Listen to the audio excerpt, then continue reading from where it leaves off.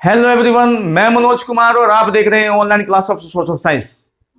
हम सिविक्स के 10th class के सेकंड चैप्टर फेडरलिज्म को पढ़ रहे हैं और इस लेसन में हम अब तक पढ़ चुके हैं कि फेडरलिज्म होता क्या है, फेडरल फॉर्म ऑफ गवर्नमेंट और यूनिटरी फॉर्म ऑफ गवर्नमेंट में क्या डिफरेंसेस है, फेडरलिज्म के क्या फीचर्स हैं, क्या विशेषताएं हैं और फेडरलिज्म कितने प्रकार के होते हैं। आज के हम इस वीडियो लेक्चर में पढ़ेंगे कि what make India A federal country. Bharat को एक संघीय देश बनाने वाले कौन से फैक्टर्स हैं, कौन से कारक हैं। आपको याद होगा कि हम फेडरलिज्म की विशेषताएं पीछे की वीडियो लेक्चर में पढ़ चुके हैं। अगर किसी ने नहीं पढ़ा है, नहीं समझा है, तो आप मैं प्ले लिस्ट ऊपर आई बटन में डाल दूंगा, आप वहां क्लिक करके उस वीडियो को देख सकते हैं। इस वीडियो लेक्चर को समझने के लिए फेडरलिज्म की क्या विशेषताएं हैं उसको जानना जरूरी है, क्योंकि फेडरलिज्म की जो विशेषताएं हैं उन्हीं को बेस बनाकर, उन्हीं को आधार बनाकर हम ये जानने की कोशिश करेंगे क्या भारत भी एक संघीय देश है। तो आइए हम बारी बारी से इसको जानने की कोशिश करते हैं कि फेडरलिज्म का पहला फीचर्स क्या था, संघवाद की पहली विशेषता क्या थी। पहली विशेषता थी कि संघवाद में 2 या 2 से ज्यादा लेवल की गवर्नमेंट होती है, 2 या 2 से ज्यादा स्तर की सरकारें होती हैं। भारत में भी 2 से ज्यादा 3 लेवल की गवर्नमेंट है, स्टेट गवर्नमेंट, सेंट्रल गवर्नमेंट और लोकल गवर्नमेंट। तो हम पहले फीचर्स के हिसाब से, पहली विशेषता के आधार पे हम कह सकते हैं कि भारत भी एक फेडरल कंट्री है, एक संघात्मक देश है, एक संघीय देश है। दूसरी विशेषताएं क्या थी, याद है आपको? दूसरी विशेषताएं थी कि अलग अलग लेवल की गवर्नमेंट एक ही नागरिक पर अपना शासन चलाती है, रूल करती है। नागरिक एक ही होते हैं। जैसे मैंने आपको याद होगा बताया था कि मैं पटियाला का नागरिक होने के नाते मैं सेंट्रल गवर्नमेंट के अंडर में भी हूं, पंजाब गवर्नमेंट के अंडर में भी हूं और पटियाला म्युनिसिपल कॉरपोरेशन के अंडर में भी हूं। लेकिन इन तीनों ही लेवल की गवर्नमेंट के जो कार्य क्षेत्र हैं, जो अधिकार क्षेत्र हैं, जो इनकी जुरिडिक्शन है काम करने की, वो अलग अलग है।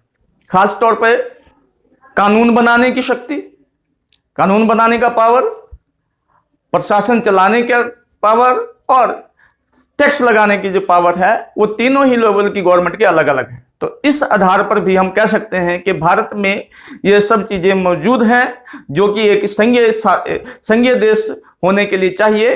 तो भारत भी एक संघीय देश है, भारत भी एक फेडरल कंट्री है। थर्ड, विभिन्न स्तर की सरकारों के जो कार्य क्षेत्र हैं वो अलग अलग होते हैं।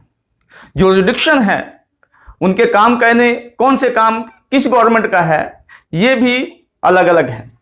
तो भारत में हम देखते हैं कि ये विशेषता है कि नहीं है। भारत में संविधान में 3 तरह की लिस्ट बनी हुई है, 3 तरह की लिस्ट है काम के, जिसे सेंट्रल लिस्ट, स्टेट लिस्ट और कंकर लिस्ट कहते हैं। केंद्रीय सूची, राज्य सूची और समवर्ती सूची। केंद्रीय सूची में वो सब काम होते हैं जो सिर्फ सेंट्रल गवर्नमेंट को ही करने होते हैं, जो केंद्रीय सरकार को ही करने होते हैं।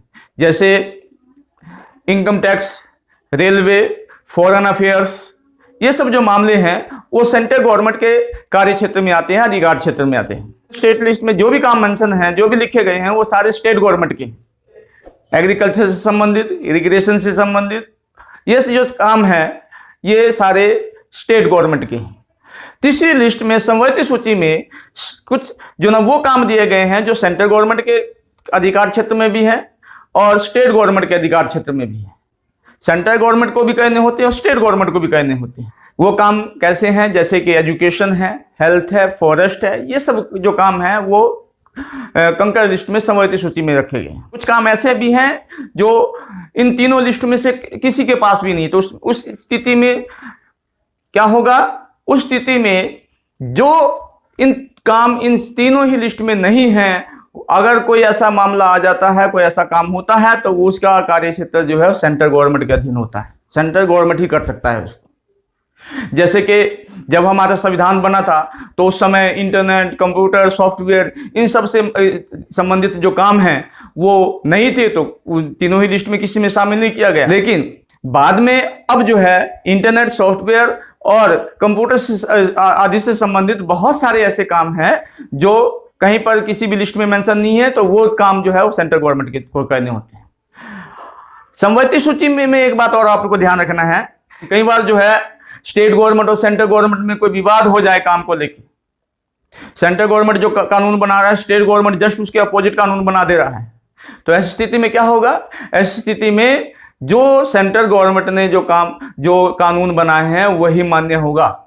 फोर्थ फीचर में हमने जाना था कि संविधान के कुछ मौलिक प्रावधान होते हैं, जो बेसिक प्रोविजन होते हैं, उसे कोई एक लेवल की गवर्नमेंट अकेले चेंज नहीं कर सकती। राजस्थान एक एरिया के सबसे बड़ा स्टेट है, तो अगर उसमें से 2 स्टेट बनाने होंगे तो अकेला राजस्थान की सरकार उसे स्टेट नहीं बना सकती। 2 स्टेट बनाने के लिए सेंट्रल गवर्नमेंट और स्टेट गवर्नमेंट दोनों की सहमति जरूरी है, रजामंदी जरूरी है, तब जाके 2 स्टेट बन सकता है। तो संविधान में जो मौलिक प्रावधान दिए गए हैं, जो बेसिक प्रोविजन दिए गए हैं, कोई अकेला गवर्नमेंट उसे बदल नहीं सकती, उसमें मॉडिफाई नहीं कर सकती। तो ये प्रोविजन हमारे देश में है, इंडिया में है, तो हम कह सकते हैं कि भारत एक फेडरल कंट्री है। 5th मैंने बताया था कि अगर सेंट्रल गवर्नमेंट और स्टेट गवर्नमेंट में किसी का अधिकार क्षेत्र को लेकर विवाद हो जाए, कोई किस अधिकार क्षेत्र, कौन सा अधिकार क्षेत्र, कौन सा काम जो है किस गवर्नमेंट का है, अगर इसमें कोई विवाद हो जाए, संविधान में जो कानून लिखे गए हैं वो कुछ क्लियर ना हो, तो ऐसे मामलों में हमारे देश में स्वतंत्र न्यायपालिका है और उसके पास पूरी तरह से अधिकार है कि उन अधिकारों की व्याख्या कर सके और ये बता सके कि बताने का पावर है कि ये अधिकार किस का है और किसका नहीं है। तो हमारे देश में ये फीचर भी मौजूद है, इंडिया में ये फीचर भी मौजूद है, तो हम कह सकते हैं कि भारत एक संघीय देश है और भारत एक फेडरल कंट्री है। 6 सुप्रीमेसी ऑफ कॉन्स्टिट्यूशन, संविधान की सर्वोच्चता। सरकारों, सेंट्रल गवर्नमेंट और स्टेट गवर्नमेंट को संविधान में जो कानून लिखे गए हैं, जो कॉन्स्टिट्यूशन में जो लॉ मेंशन किए गए, जो प्रोविजन दिए गए हैं, उन्हीं के तहत कानून बनाने होते हैं, उन्हीं के जरिए उसी को आधार बनाकर काम करने होते हैं। अगर कोई कानून ऐसा बनाया गया है सरकारों के द्वारा जो संविधान के अगेंस्ट है, तो उसे इलीगल माना जाएगा, अनकॉन्स्टिट्यूशनल माना जाएगा और वो कानून वैलिड नहीं है। तो हमारे देश में संविधान जो है वो सबसे ऊपर है, सर्वोपरि है, सुप्रीमेसी है हमारे कॉन्स्टिट्यूशन की। तो हम कह सकते हैं कि भारत भी एक फेडरल कंट्री है। अलग अलग तरह की सरकारों के पास फाइनेंशियल ऑटोनॉमी है। इसका मतलब क्या मैंने बताया था? इसका मतलब ये बताया है कि अलग अलग सरकारों को बहुत सारे काम करने होते हैं, उसके लिए पैसा चाहिए होता है। तो पैसा कहाँ से आएगा, किस गवर्नमेंट का पैसा कहाँ से आएगा, ये सारा जो प्रोविजन कॉन्स्टिट्यूशन में दिया गया है, भारत के संविधान में ये दिया गया है कि सेंट्रल गवर्नमेंट को आमदनी कहाँ से होगी, स्टेट गवर्नमेंट की अर्निंग कहाँ से होगी, और ये सारा जो है संविधान में मेंशन है। लास्ट फीचर्स हमने जाना था कि फेडरल कंट्री के पास ड्यूअल ऑब्जेक्ट्स होते हैं, 2 मुख्य उद्देश्य होते हैं। एक तो राष्ट्रीय एकता को बनाए रखना और उसको बढ़ावा देना, और दूसरा देश के भीतर विभिन्न प्रकार के जो वेरिएशन है, जो अलग अलग तरह के जो भाषा है, अलग अलग जाति, धर्म, क्षेत्र, बहुत सारे की वेरिएशन है, बहुत सारे की डिफरेंसेस हैं, उनको अकोमोडेट करता है। तो भारत में भी बहुत तरह की भाषाएं बोलने वाले हैं, बहुत तरह की जातियों के लोग हैं, बहुत तरह के रहन सहन, खान पान, रीति रिवाज मौजूद है, और भारत की सरकार जो है उन वेरिएशन को सम्मान करता है, अपनी पहचान को बनाए रखने का मौका देता है, उनको अकोमोडेट करता है, उसको समायोजित करता है। तो हम इस प्रकार हम देखते हैं कि भारत में भी वो सारे फीचर मौजूद हैं, वो सारी विशेषताएं मौजूद हैं जो एक फेडरल कंट्री में होता है। तो ये जो मैंने बातें बताई हैं, इसके आधार पे हम कह सकते हैं कि भारत भी एक फेडरल कंट्री है, भारत भी एक संघीय देश है। आज के लिए इतना ही, हम नेक्स्ट वीडियो में मिलते हैं। अगर कोई बात ऐसी जो समझ में ना आई हो या कुछ पूछना है तो आप कमेंट सेक्शन में लिख सकते हैं। पिछले वीडियो को देखना है तो मैं आई बटन में प्लेलिस्ट डाल दूंगा, आप पीछे की इस लेसन के सारे वीडियो देख सकते हैं। तब तक के लिए आप घर पे रहें, सुरक्षित रहें।